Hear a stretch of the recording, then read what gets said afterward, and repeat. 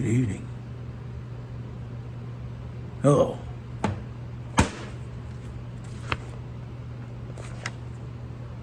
Part 10.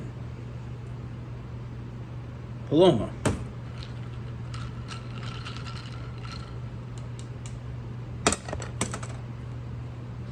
Cheers.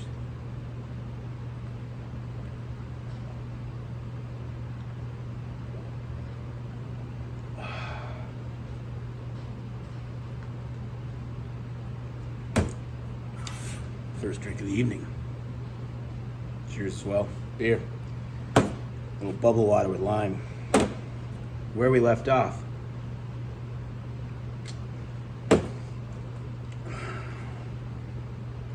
Lacerda agreed, and sometime around noon he went out on the desert, again, in the company of our driver, Joe. I went back to the Blockhouse bar/casino that was actually the Mint Gun Club, where I began to drink heavily, think heavily, and make many heavy notes. A night on the town, confrontation at the Desert Inn, drug frenzy at the Circus. Saturday midnight.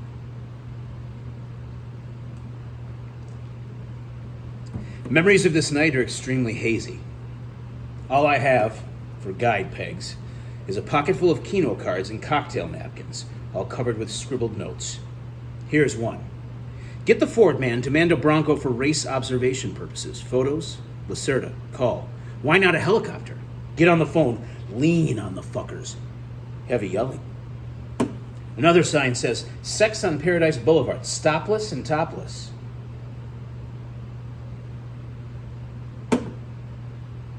Bush League sex compared to L.A. Pasties here. Total naked public humping in L.A. Las Vegas is a society of armed masturbators. Gambling is the kicker here. Sex is extra weird trip for high rollers. House whores for winners. Hand jobs for the bad luck crowd. A long time ago, when I lived in Big Sur down the road from Lionel Ole, I had a friend who liked to go to Reno for the crap shooting. He owned a sporting goods store in Carmel, and one month he drove his Mercedes Highway Cruiser to Reno on 3 consecutive weekends, winning heavily each time. After 3 trips, he was something like 15 grand ahead, so he decided to skip the 4th weekend and take some friends to dinner at Nepth. Always quit winners, he explained. And besides, it's a long drive. On Monday morning, he got a phone call from Reno, from the general manager of the casino he'd been working out on. We missed you this weekend, said the GM. The pitmen were bored. Shucks, said my friend. So next weekend, he flew up to Reno on a private plane with a friend and 2 girls, all special guests of the GM. Nothing too good for high rollers. And on Monday morning, the same plane, the casino's plane, flew him back to the Monterey airport. The pilot lent him a dime to call a friend for a ride to Carmel. He was 30 grand in debt, and 2 months later, he was looking down the barrel of one of the world's heaviest collection agencies. So he sold his store, but that didn't make the nut. They could wait for the rest, he said, but then he got stomped, which convinced him that maybe he'd be better off borrowing enough money to pay the whole wad. Mainline gambling is a very heavy business. In Las Vegas makes Reno seem like your friendly neighborhood grocery store. For a loser, Vegas is the meanest town on earth. Until about a year ago, there was a giant billboard on the outskirts of Las Vegas saying, "Don't gamble with marijuana. In Nevada, possession, 20 years. Sale, life." So I was not entirely at ease drifting around the casinos on this Saturday night with a car full of marijuana and a head full of acid. We had several narrow escapes. At one point, I tried to drive the Great Red Shark into the laundry room of the Landmark Hotel, but the door was too narrow and the people inside seemed dangerously excited. We drove over to the Desert Inn.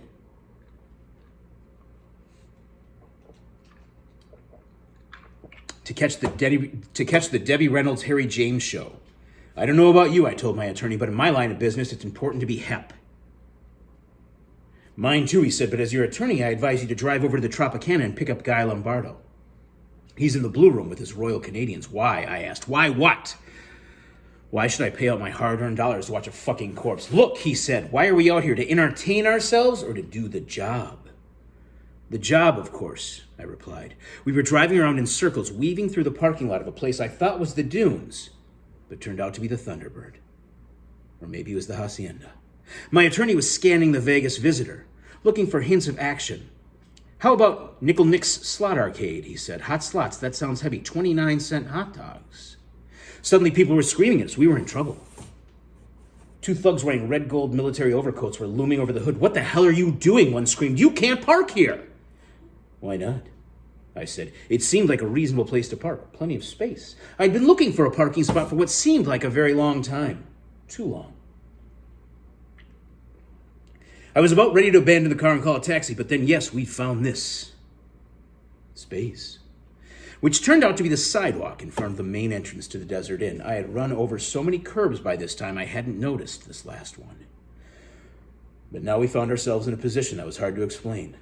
Blocking the entrance. Thugs yelling at us. Bad confusion.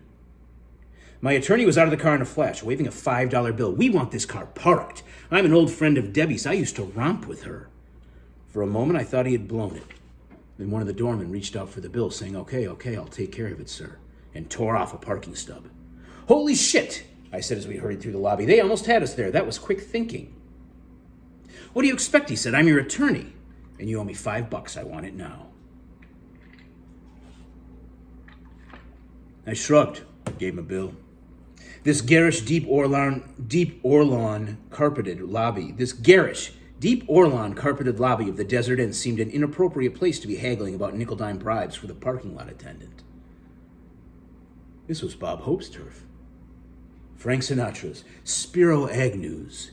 The lobby fairly reeked of high-grade formica and plastic palm trees. It was clearly a high-class refuge for big spenders. We approached the grand ballroom, full of confidence. But they refused to let us in. We were too late, said a man in a wine-colored tuxedo. The house was already full. No seats left. At any price.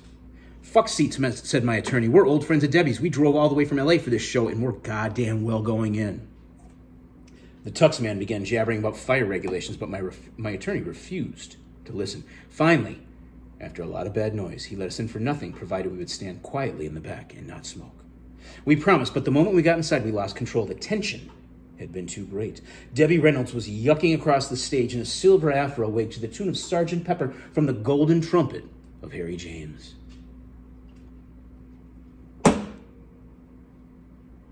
Jesus creeping shit, said my attorney. We've wandered into a time capsule. Heavy hands grabbed our shoulders. I jammed the hash pipe back into my pocket just in time. We were dragged across the lobby and held against the front door by goons until our car was fetched up. Okay, get lost, said the wine tux man. We're giving you a break. If Debbie has friends like you guys, she's in worse trouble than I thought. We'll see about this, my attorney shouted as we drove away. You paranoid scum. I drove around to the Circus Casino and parked in their back door. This is the place, I said. They'll never fuck with us here.